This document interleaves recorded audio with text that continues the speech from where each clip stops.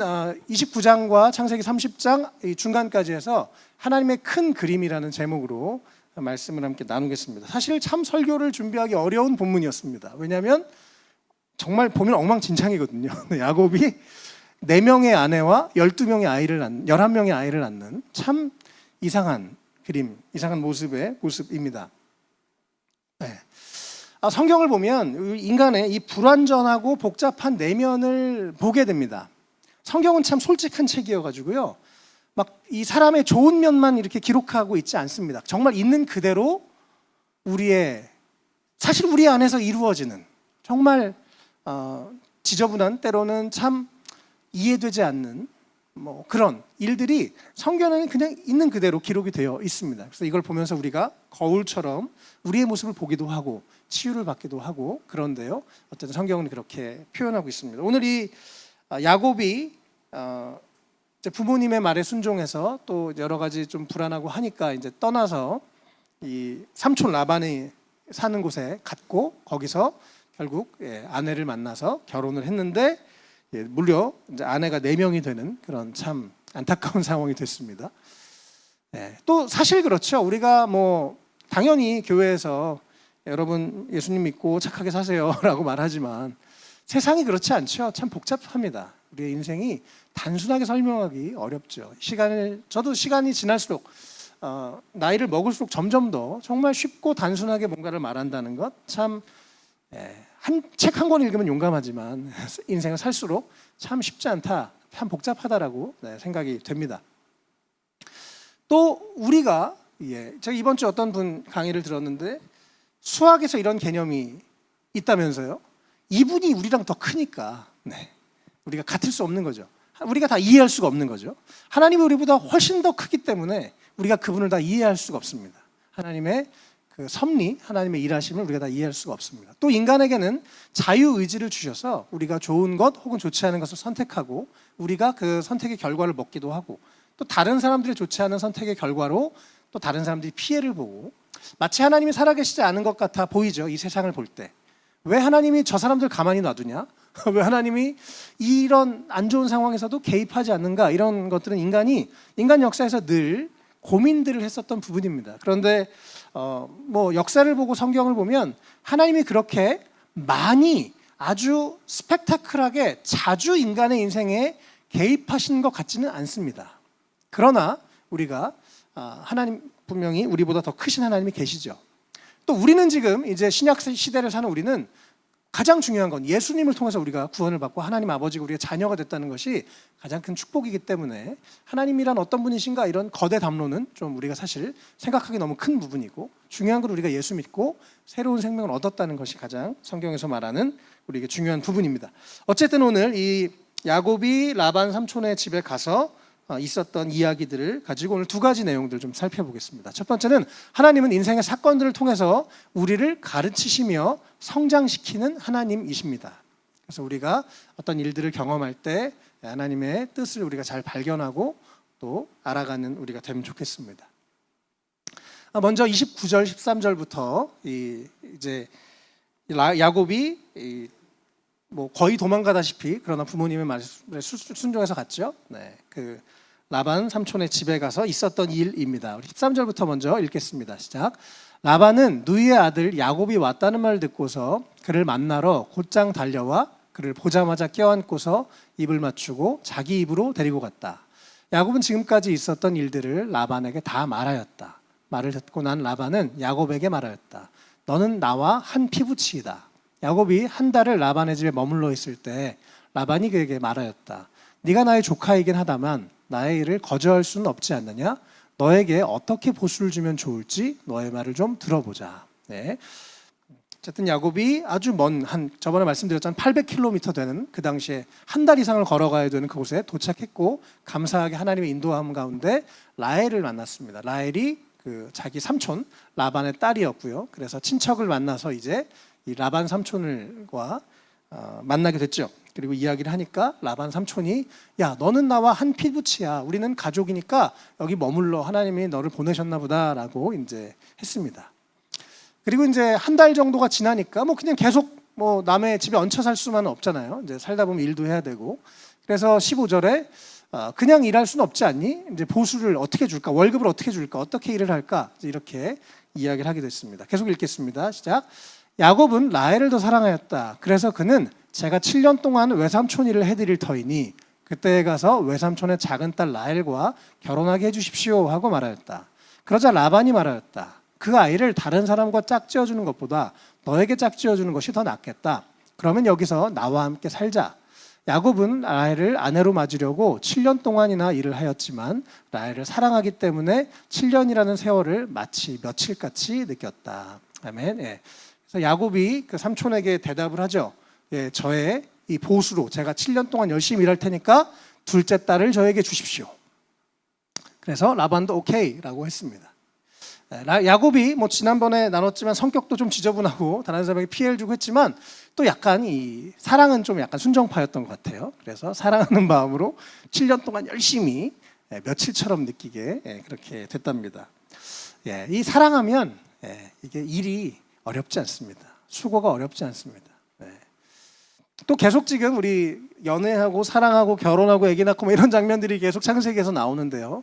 또 한 분 한 분 정말 행복하고 아름다운 또 가정 이루시고 또 성경에서 이런 내용 볼 때마다 기도하시길 바랍니다. 아직 결혼 안 하신 분들은 행복한 가정을 이루도록 내가 정말 평생 사랑해도 아깝지 않은 평생 사랑해도 전혀 손해본다고 생각하지 않는 이게 진짜 사랑인 것 같아요. 내가 이만큼 줬으니까 이만큼 줄게 이런 게 아니라 정말 그 여인을 사랑해서 기쁘게 모든 것을 바치는 그런 후회 없는 사랑 하시고 또 행복하게 가정도 이루시고 믿음의 가정 이루시기를 축복합니다. 어쨌든 야곱이 또 이런 뭐 글쎄요 아니면 이제 또 이렇게 볼 수도 있습니다. 그 전에 우리가 지난번에 봤던 것처럼 그 들판에서 하나님을 만났죠. 그래서 야곱의 삶이 좀 이전과는 달라진 것 같아요. 이제 조금 더 내가 이제 잔머리 안 굴리고 잘 살아봐야지 뭐 그런 모습도 좀 보입니다. 그 전보다 어쨌든 이렇게 순정파 야곱의 모습을 우리가 함께 보게 됩니다.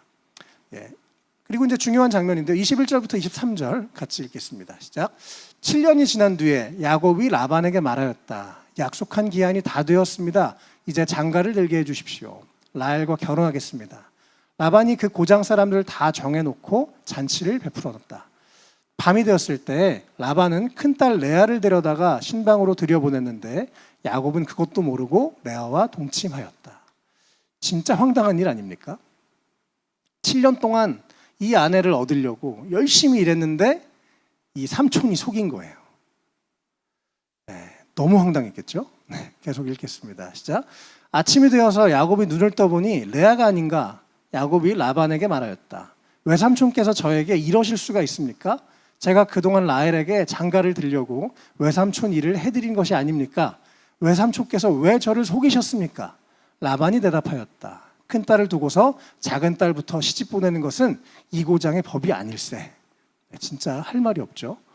계속 읽겠습니다.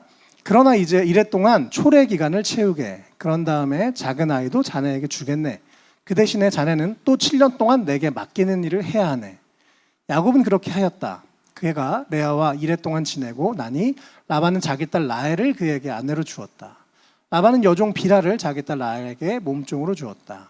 야곱이 라헬과 동침하였다. 야곱은 레아보다 라헬을 더 사랑하였다. 그는 또다시 7년 동안 라반의 일을 하였다. 속임을 당했습니다. 야곱이 형을 속이고 부모님을 속이고 축복을 받고 떠나서 여기서 자기가 속는 일들이 일어났습니다.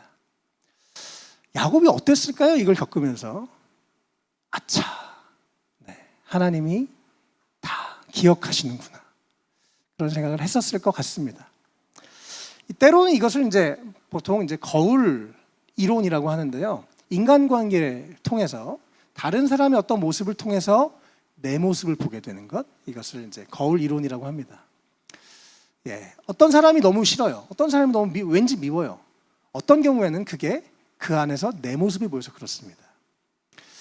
하나님이 어떤 사건들을 통해서 이렇게 우리에게 가르치시고 교훈하시는 것들이 있습니다. 그동안 사기를 치고 다른 사람을 속이면서 축복을 받으려고 이기적이었던 야곱이 결국 더 센 사람, 더 센 놈을 만나가지고 자신이 회개하고 자신이 더 크게 속임을 당하는 일들이 일어나는 거죠. 부끄러운 얘기인데요. 제가 중학교 1학년 때인지 초등학교 6학년 때인지 좀 어렸을 때였습니다. 저희 아버지가 너는 이제 앞으로 아직 집집마다 PC가 거의 없을 때였는데 너는 이거를 좀 선점해라. 그래서 일찍 어린 나이에 형편도 되게 좋지 않은데 컴퓨터를 사주셨어요. 그래서 제가 어려서부터 컴퓨터를 되게 잘 만지고 되게 재밌게 컴퓨터를 가지고 놀았습니다. 그러다가 이제 이게 약간 좀 전문가 수준이 된 거예요. 그래서 그 당시에 아직 컴퓨터 가게도 몇 개 없을 때여서 제가 친구들의 컴퓨터를 수리해 주기 시작했습니다. 그러다 어느 날 제가 그때는 교회는 다녔는데 아직 예수님은 인격적으로 안 믿은 때였어요. 그냥 교회만 다녔어요.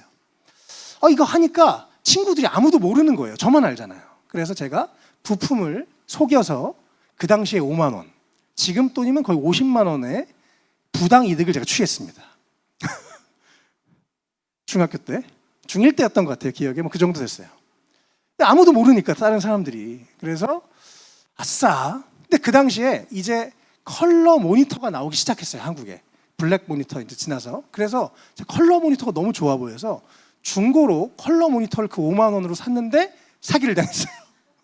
그래서 정확히 5만 원이어서 야 이거는 내 거다 했는데 사기를 당하면서 하나님이 다 보고 계시는구나. 제가 어렸을 때 처음으로 하나님의 존재를 인정하게 되는 계기가 됐었습니다.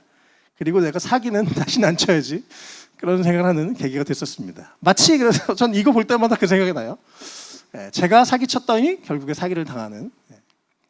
우리가 하나님 가끔 이렇게 인생을 통해서 그런 일들을 우리가 허락하십니다. 그래서 우리가 나를 다시 한번 돌아보고 뉘우치게 할 때가 있어요.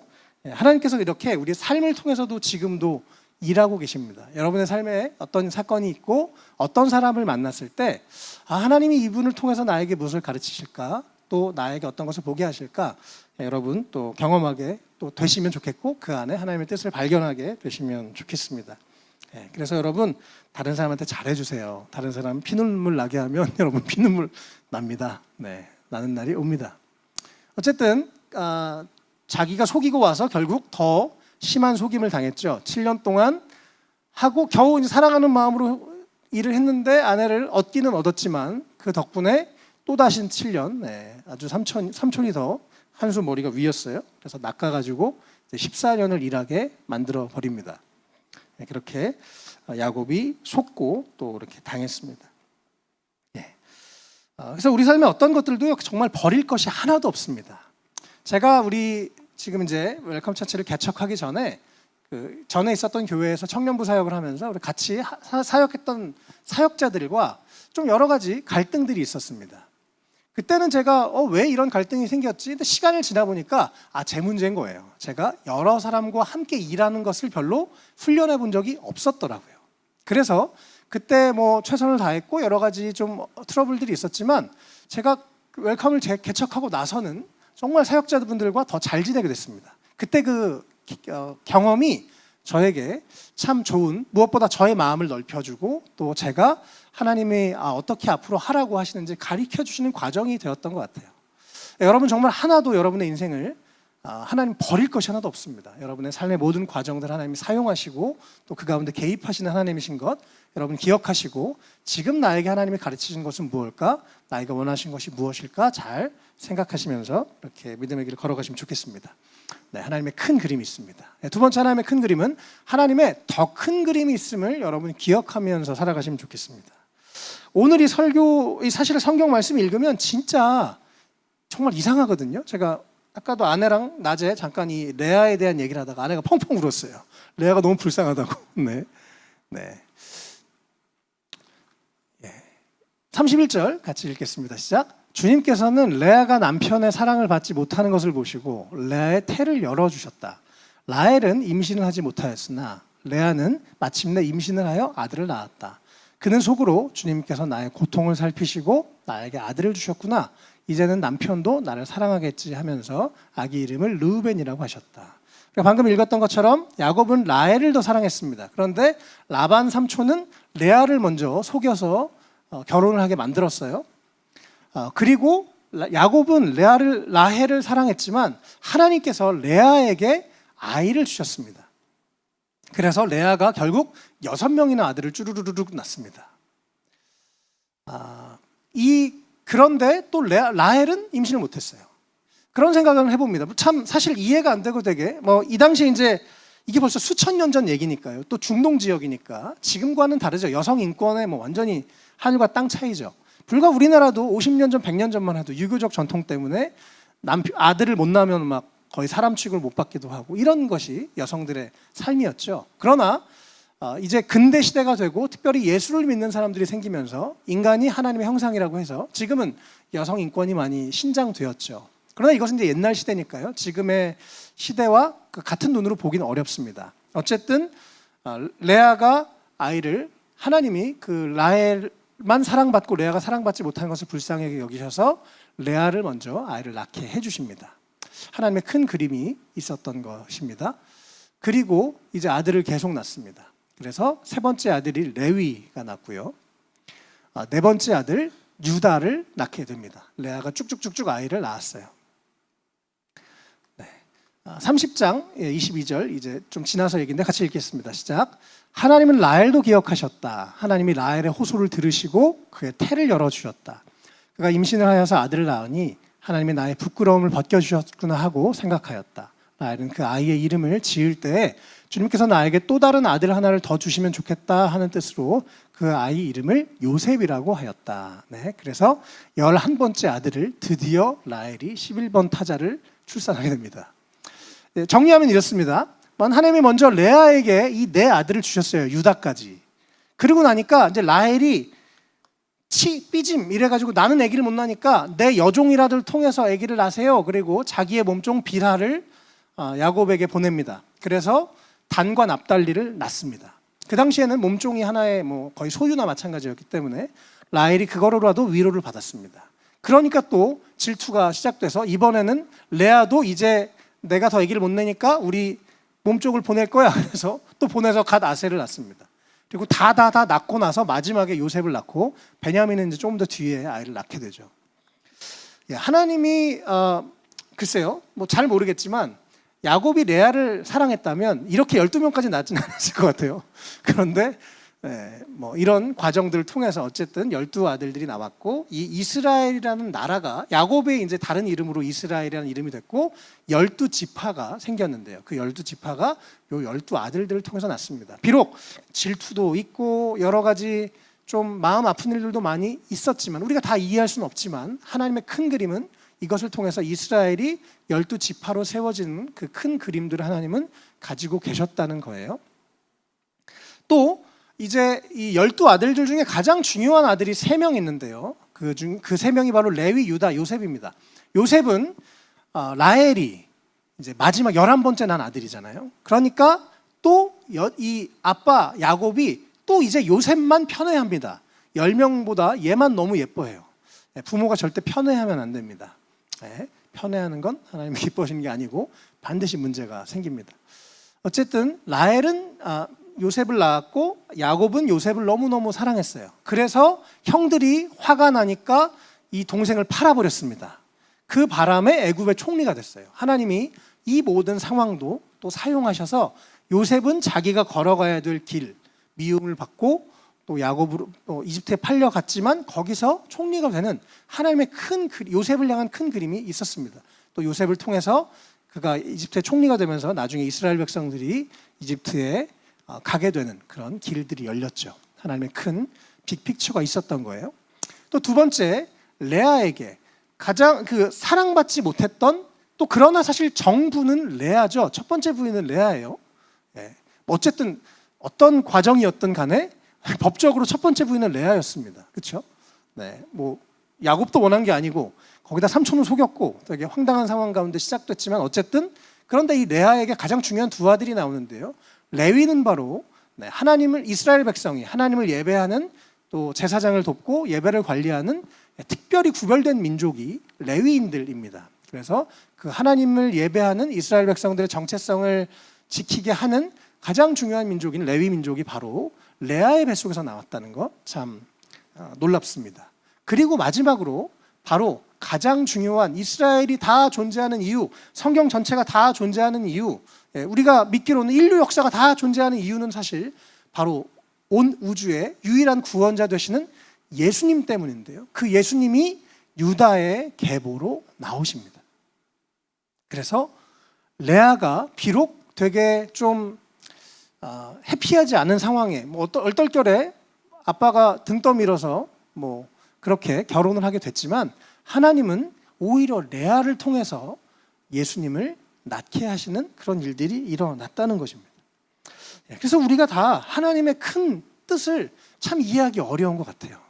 그러나 하나님께서는 이 모든 것들을 사용하셔서 당신의 뜻을 이루어 가십니다.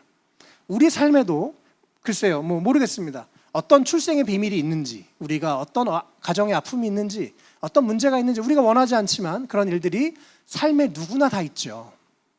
그러나 그것 안에서 하나님의 어떤 빅픽처가 있다는 것을 여러분 꼭 기억하시면 좋겠습니다. 그리고 그것을 발견하시면 좋겠습니다. 중요한 건 그 모든 과정, 모든 상황을 통해서 지금 내가 여기 있다는 거예요. 하나님이 나에게 생명을 주셨고 또 우리가 예수를 믿고 영원한 생명을 얻게 되었죠. 하나님의 큰 그림이 우리 삶에도 있다는 것 여러분 기억하시면 좋겠습니다. 중요한 건 또 오늘이죠. 과거에 어땠든 누가 어땠든 우리 조상이 어땠든 중요한 건 내가 오늘 살아계신 하나님 이렇게 큰 그림을 가지고 계시고 우리보다 더 많은 계획과 생각을 가지고 계신 하나님이 우리와 함께 하신다는 것 우리가 기억하면 좋겠습니다. 네. 그래서 요한계시록에 보면 예수님이 바로 유다 지파에서 난 사자, 그분이 유다 지파의 사자, 승리의 왕으로 오셨다고 성경은 얘기하고 있습니다. 마지막 로마서 8장 28절 읽고 마치겠습니다. 같이 읽겠습니다. 하나님을 사랑하는 사람들, 곧 하나님의 뜻대로 부르심을 받은 사람들에게는 모든 일이 서로 협력해서 선을 이룬다는 것을 우리는 압니다. 아멘. 이것은 이제 구약 성경의 이야기고요. 우리는 하나님의 사랑 안에 예수 안에서 영원한 생명을 받은 사람들입니다. 우리의 삶에는 제가 아까 앞에도 말씀드린 것처럼 이러한 문제, 이러한 사건, 이러한 일들이 다 협력해서 결국 선하신 하나님께서 우리에게 선을 이루신다는 것 여러분 꼭 기억하시면 좋겠습니다. 그래서 우리가 날마다 이 일들을 향한 하나님의 뜻은 무엇일까 우리가 생각하면서 무엇보다 선하신 하나님을 바라보고 우리를 향해 빅픽처를 가지고 계신 하나님을 바라보고 또 매일 살아계신 하나님과 동행하는 우리가 되면 좋겠습니다. 말씀을 정리하겠습니다. 오늘 하나님의 큰 그림에 대해서 함께 나눴는데요. 하나님은 인생의 사건을 통해서 우리를 가르치시고 성장시키십니다. 여러분 지금 어떤 일이 있으시든지 그것이 결코 우연이 아니고 또 그것을 통해서 하나님이 어떤 일을 하실지 우리를 어떻게 가르치실지 우리를 성장시키실지 아무도 모릅니다. 우리가 그래서 맡겨진 일들 주어진 사건들을 통해서 하나님의 뜻을 발견하고 또 기도하며 잘 승리하시는 우리가 되면 좋겠습니다. 또 우리 삶에 언제나 꼭 우리는 너무 시야가 좁아서 오늘만 보지만 하나님은 우리의 모든 과거의 아픔들 문제들을 사용하셔서 어떤 일을 하실지 아무도 모릅니다. 하나님의 더 큰 그림이 있다는 것 여러분 기억하시면 좋겠습니다. 우리 함께 말씀 생각하시면서 이 하나님의 오늘도 우리와 함께 하십니다. 이 하나님의 우리 삶의 문제를 하나님께 맡겨드리고 또 하나님 나를 가르치시고 인도해달라고 또 내가 어떻게 승리하고 이기고 또 어떤 문제들 시험들을 통과해야 될지 지혜를 달라고 우리의 삶을 하나님께 맡겨드리면서 이 시간 함께 기도하면 좋겠습니다. 기도하겠습니다.